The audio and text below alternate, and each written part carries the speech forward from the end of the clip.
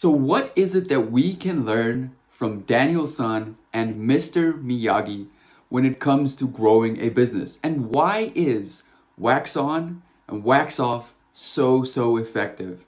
So sit back, relax, and enjoy this video.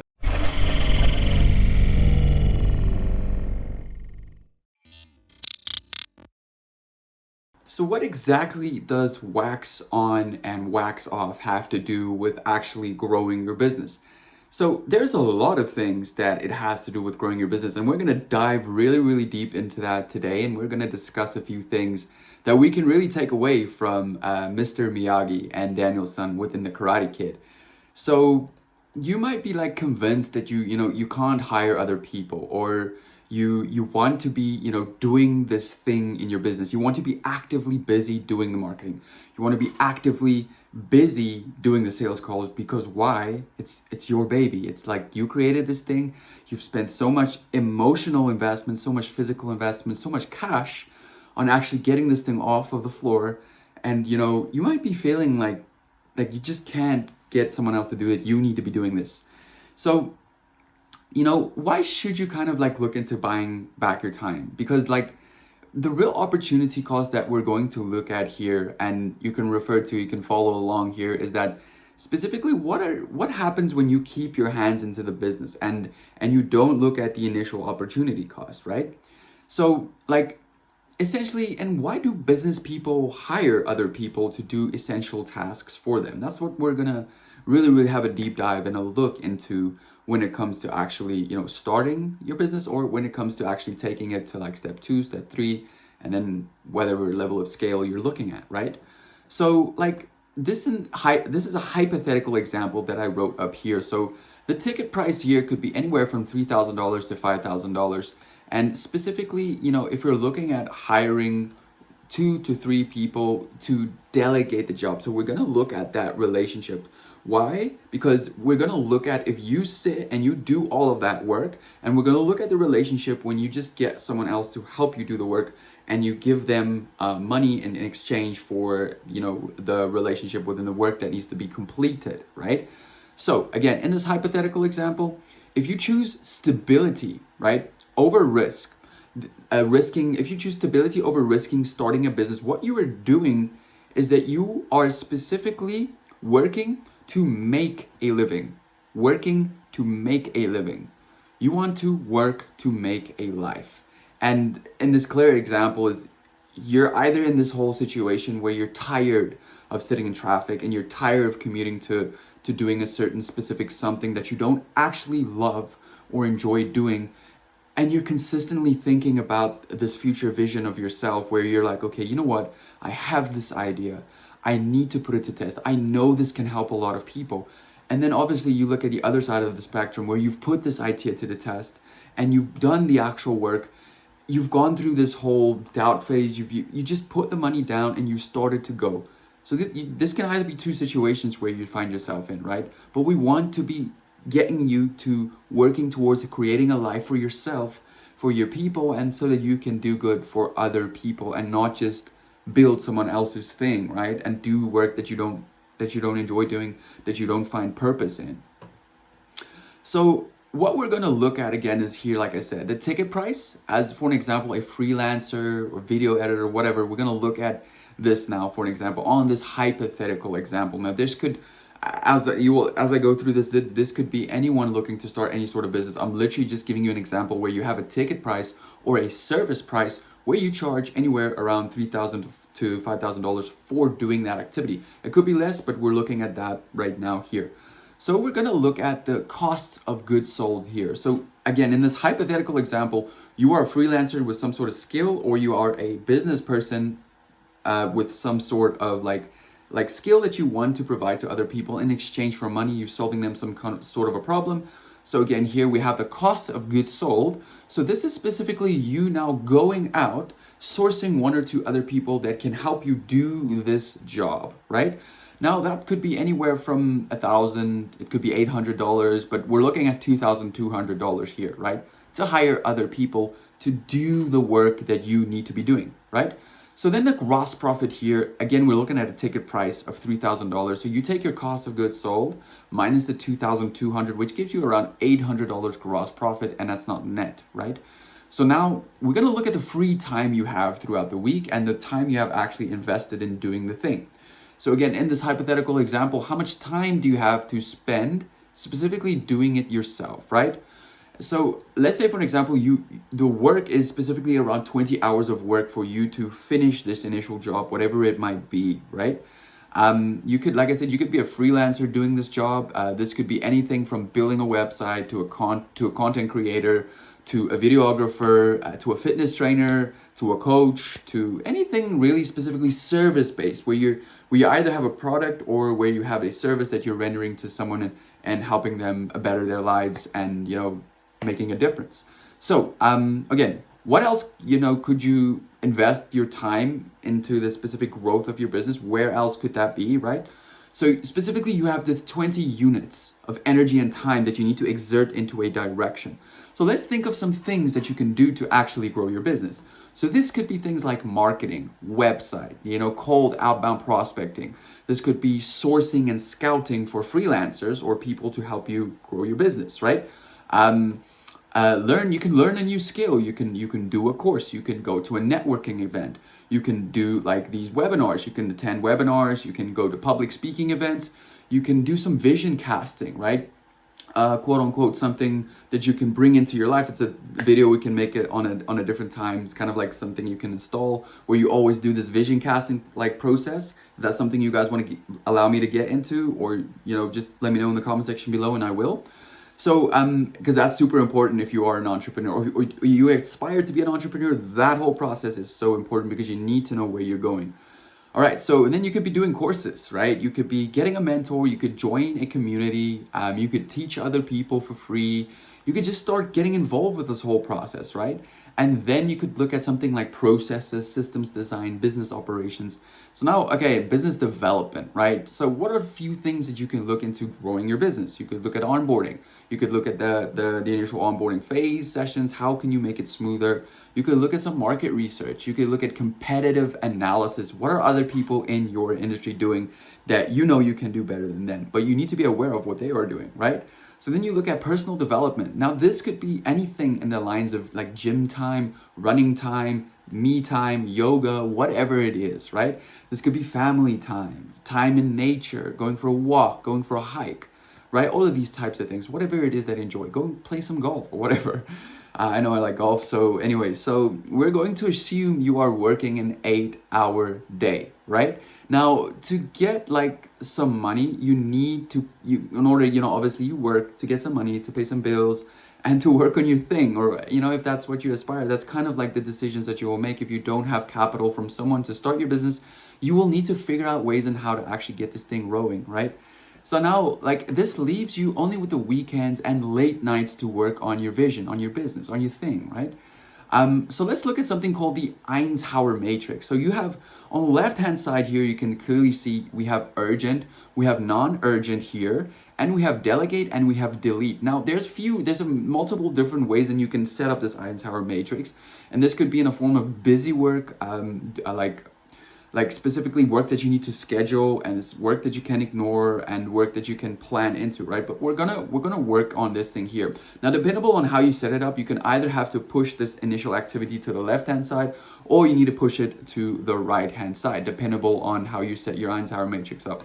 So now here, we need to get this initial, we need to move, you see here, we need to move the needle to the left-hand side in this specific Eisenhower matrix to identify the ROI driving activity that we need to spend our physical time most on. Which work can we delegate? Which work can, like I said, which work can we schedule out? It's not that urgent. Which work can we delegate? Which kind of jobs do we need to be spending doing our times ourselves? If you're the CEO, if you're the owner, at the end of the day, what will happen is most of your time will just be spent doing marketing. The fun stuff, right? Whatever. Doing the initial, understanding your niche, learning more, doing research, studying, bettering yourself, personal development, working out, pushing yourself. But then there are other things that you can delegate, and then your time, your energy is finite throughout the day, right? So that's why you need to understand, okay, most of my energy needs to be spent here. If I don't, then I'm working against myself. I'm spinning my wheels, right? So like, let's go back here. Let's say this marketing website, call outbound. Obviously you're gonna take them and you're gonna place them here, and then whichever one is the most important needs to be pushed in this example, on this example here on my screen, to the most left hand side, which is urgent, which is due. The other things, like the closer it is to the left hand side, this is the most important task. It's urgent, it's important, and I must do it. And the more further away from the left-hand side, you can either delegate, you can schedule, or you can delete this task completely, right? So that's quickly like a little explanation. And I used to make this egotistical, I had to have this egotistical thought process because as growing up, I didn't have a brother, no sister. I went to a boarding school. I always knew how to work hard, right? And this placed me in such a mindset where like, you know what? I'm going to figure this out myself. I'm going to do this myself. And that was the most silliest, stupidest thing I could have done because I was spinning my wheels. This is how I know this. I was spinning my wheels. I was Mr. I'll figure it out myself. I'll do it. I'll just do it myself, right? I don't need your help. I'll figure it out myself. I wasn't born into a rich family, so fine, I'll figure it out myself, right? So this cost me a lot of pain in this process, and something, if I was just like, you know what, let me go find a mentor. Let me go do this. Let me go ask him for help. I love his free stuff. You know what I mean? Like, learn, ask help. Like that's the fastest way you're gonna move forward into the direction that you want to go to, right? So I once heard someone say that if there's a cheat code, it's your ability to spend money to get around certain people, to get around certain information, and that's the initial cheat code to row your boat faster and to not make the silly decision. So I know my purpose on this planet is to help people make better decisions initially with their life, rolls over to business, fitness, whatever, and then you can optimize things to do them in such a way where you know, hey, I know what I'm doing these things. I know if I do these things, I will be able to live a better, healthier, more fruitful life. And yeah, that's why I make these videos. So anyway, so you can do the busy work, and specifically busy work is not the work that usually gets you forward. Busy work can be doing things that you're like, you could delegate this, right? But no, you need to do this yourself. And you have some spare cash here, but you're too scared to put it to work because you don't understand the initial leverage in that activity. That was me. I used to do everything. Sales, marketing, like videos, videography. I used to do everything before I started to actually source a team and we started to build this initial growth team inside of Self-Built Systems, right? So we have, let's say for example, you have around 20 hours to do this marketing right now, right? What kind of marketing could it be, right? So now for an example, I've jumped a piece here. Now you've already put your Eisenhower things on here. For example, you went through this, you looked at all of these specific things into growing your business. What could you be doing? You placed them on the Eisenhower matrix, and now I kind of like skip to this part because I want to get to the good stuff. So now you figured out, okay, marketing pulls most leverage, right? If you're the business owner, you can do marketing all day, every day. You know that your business will move forward because more people will see it. And if you're good at what you do, more people will want to know about what it is that you do, right? Whatever, product, service, whatever. So then we go down, we figured out, okay, marketing is the thing. That's why I'm like, okay, now we figured out we only have 20 hours a week to spend on marketing. So what do we do now? What kind of marketing do we do? Do we go do ads? Do we go do content marketing? What do we do? Where do we start, right? So now let's look at specifically something like content marketing. It's free, right? You can go do it on TikTok, go do it wherever. Facebook's a little bit for it, but you go do it on these platforms like Instagram, like whichever is free, you go produce, right? Now, because it's one of the most cost-effective things that you can do, right? You can do reels, you can do carousels, because some of these things are really hot right now. And, I've added it in this video because obviously I just want to help. So now, firstly, we will work a reasonable amount of like 20 hours a day, right? So this now gives us, for an example, we're going to take the 8 hours here within a day divided by the 20 hours that we have to work on this thing, right? So that gives us 2.5 days. Now, what do? Now we focus on producing either some sort of short form content because that's hot, either some sort of short form content, some kind of YouTube video, some kind of carousel, some kind of thing that you can have an exceptional ROI on, right? Specifically just focusing on carousels now and short form content. So in this hypothetical example, we have now within day 1, day 2, day 3. Now let's look at this, right? In the first day, we have 8 hours of here, right? We have this 8 hours that we have, and now which gives us initial 4 hours, right? Of like this. Well, we have the 8 hours where we do, and then we have the initial 4 units that gets pumped out on the other side, right? Then we have day two. We have another 8 hours, which is 16, coming now to the amount of 20. And then we have on day three, we have 4, which is kind of like half in this example. So this then means that we only have 2 units that we produce, right? Now, then we go drop down here. I really try to keep it as simple as possible, right? For you guys to understand this, because I've experienced some other people, they told me the stuff is a little bit advanced and I needed to bring it up a step down. So 10 carousels here, for an example. We have 2 to 3 reels per day, right? Now, this is here because you have what? 4 plus 4, that's 8, plus 2 is 10. So you have 10 carousels, which is, or 2 to 3 reels, which is per day. So it's in the same format, either the carousel or the reel. And then you get your per carousel, for an example, you get, say, for an example, anywhere from 20 to 75 new followers, right? If it's done correctly, if the volume is applied, right? Now, also 10 times 75, which is, right? Because you have 10 you have 10 units here, and you have 10 times 75, which is 750 new followers in that cycle that you followed, right? And if we look at anything from a 1 to 3% lead to conversion rate, we're going to look at like a 2% lead to conversion rate here. And that gives us 50 new prospects. With those 50 new prospects, we're going to look at a very, very, very crappy closing rate of like 25%, right? Because obviously anything north of 25% is super for any service-related business, right? And then we're going to look at, okay, now we have 3.75 deals closed on 3K. So again, this is the hypothetical A example of what you could be doing, which then gives us $9,000 in the initial ROI, right? Now, versus the true specific cost, the opportunity cost. Now, let's say we do something and we go look at, we take this initial money that we have and we allocate it not towards hiring someone or not towards allocating another source of like leverage, which is people. And now we put this money into like something like a Roth IRA, which in this example here could give us like 10% ARR, right? Average.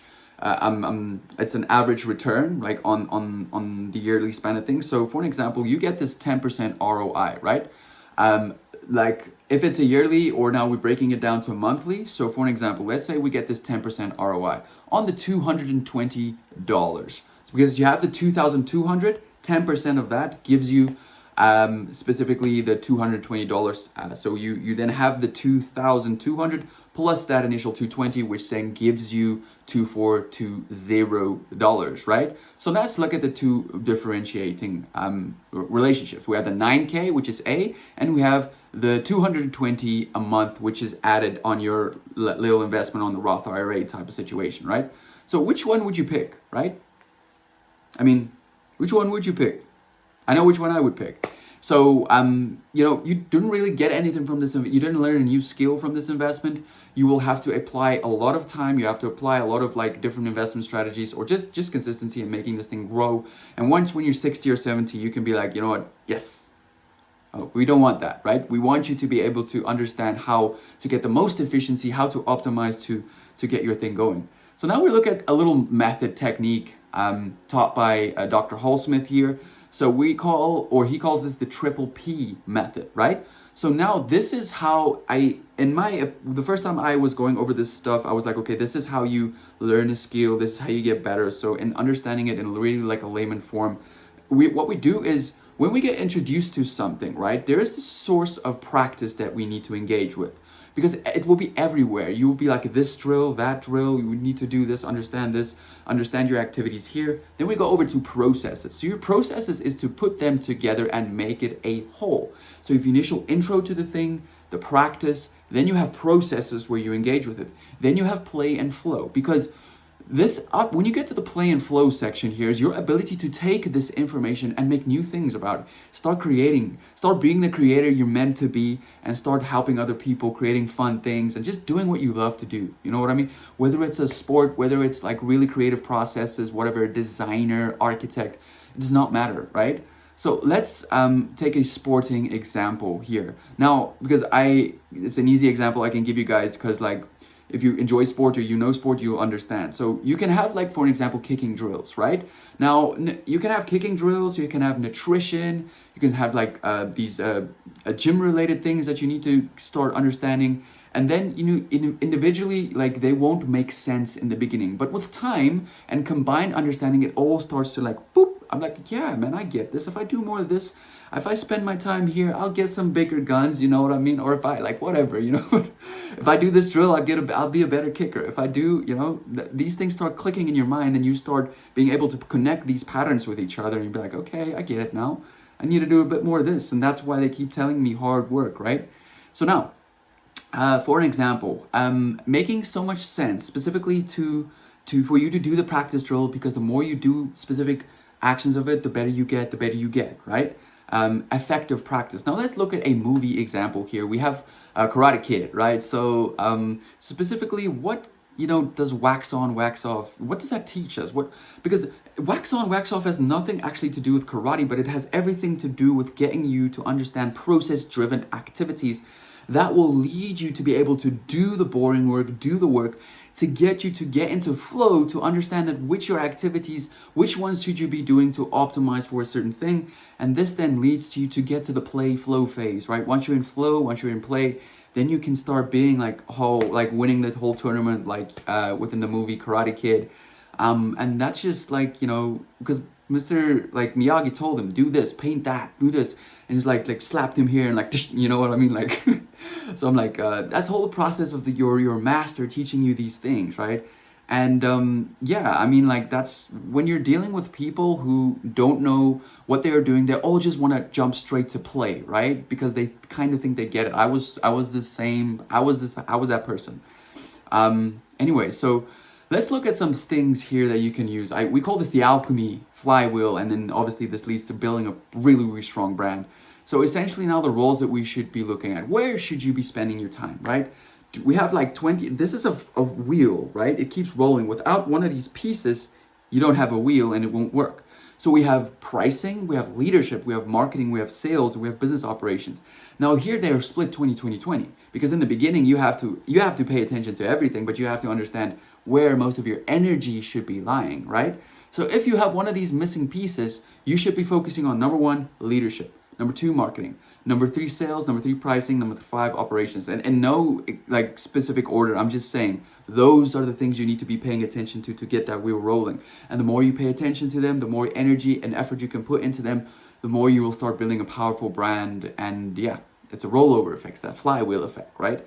So now, what are the first things we can look at? We can look at this thing called WOMA, right? So word of mouth advertising. It's because you have a product, you have a service that does well for people. Now people start talking about you. You go to your immediate circle, you go to your friends, you go to your family, and you know, where should you be spending your time, for an example, right? Once you start doing these things. So all businesses are in the business of doing 2 things, which is sales and marketing. It all drills down to sales and marketing. You have operational pieces. You have all these other things inside. You have management. You have all these things. But now, Peter Drucker said that marketing and sales is like oxygen to your business. You can't live without for too long, right? And also, how much energy, specific, the time and the units you have to spend into sales and marketing, the more you will be able to get that thing rolling. So now in this example, you work 40-hour work week, right? Now 5% of that goes to sales and marketing, which then gives you 2 hours a week to implement into that, right? That's part of that hypothetical example. So look at this book, check it out. It's a great book, right? Called The Effective Executive by Peter Drucker.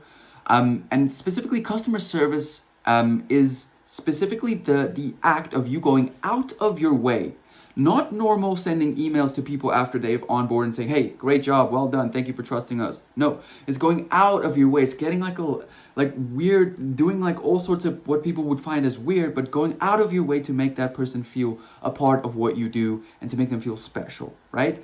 And now here, effort does matter, right? Now here, for an example, marketing and positioning, right? I can't get you to trust me if you don't know me, and I cannot get you to like me firstly, I can't get you to trust me if you don't like me. And I can't get you to like me if you don't know me, right? So this is mini me on the left-hand side, and this is me currently at 23 years old. I'm just a regular guy from a third world country, specifically, following my purpose and trying to help as much as I can within this space of me understanding myself. And I still got that smile, right? I hope I do. But anyways, this little smile here, that's what I'm talking about. Anyway, so one of my mentors taught me that all marketing is a way to make it easier for your prospects to find you than it is to find your competitors, right? You want to be everywhere, allwhere, omnipresent effect, right? So Alex Hormozy said that marketing is just a fancy 9-letter word for test. And they both were right? So now we're going to look at an example called the sheep and the wolf. So on the one hand side of the spectrum, we have the sheep, which is specifically, it figures out he turns into the wolf. It's kind of this relationship, right? So now specifically he eats the sheep's food, right? So now what happens is the old will replace the new, because there's always a dog climbing the ladder. There's always a dog more hungry than you. It does not matter how hungry you are, if you don't consistently remind yourself that the things that you've done to bring you there is not the things that you're gonna have to do to get you to the other side. You're gonna have to do some other things. That is what matters, because the sheep used to think the way that that he or she is the wolf, right? And you won't always be the wolf. So as David Goggins used to say, we need to stay hard, right? We need to stay hard. We need to find mechanisms that allow us to push ourselves out of our comfort zone and keep growing, right? Places, environments, activities, these things allow us to keep growing and keep pushing ourselves, right? And that does require an uncomfortable situation for you to grow. So there's another book by Seth Godin, which I highly do recommend. And it is the book by Seth Godin, This is Marketing, right? Really check that out. Super, super good book. So should you grow when you, for an example, you should grow when you start paying attention to personal development. Because the more time you spend into personal development, the more you grow, the more you start understanding about yourself and about the world, and the more you learn, right? So what we're going to look at is an SVA. So this is the smallest viable audience, specifically an avatar. You might hear people use that word, right? So what is it that these specific people think of, dream of? What problems do they have? If you could wave a wand, what do they wish waved away, right? So your income seldomly exceeds your personal development. That was the whole point of me saying that thing, right? So now, marketing and advertising specifically is selling, and all it takes is time and attention from people, right? So focus on giving value, right? Creating value for someone else. So here's a little actionable for me closing off this video. My plan for the rest of this year. What is your plan, right? List 3 things that you're going to do and nail them. Build systems around them. And in your life, in your fitness, in your business, to optimize the things that you want to do. And if you have a hard time doing this, you can hit us up. Send me a message and we'll talk. We'll talk about it, and we'll help you out with it. But without further ado, this has been Jean-Jacques, and thank you so much for your time and your attention. I really, really enjoy making these videos for you guys. And as always, go out, do some good into this world, and I will see you guys in the next video. Bye-bye.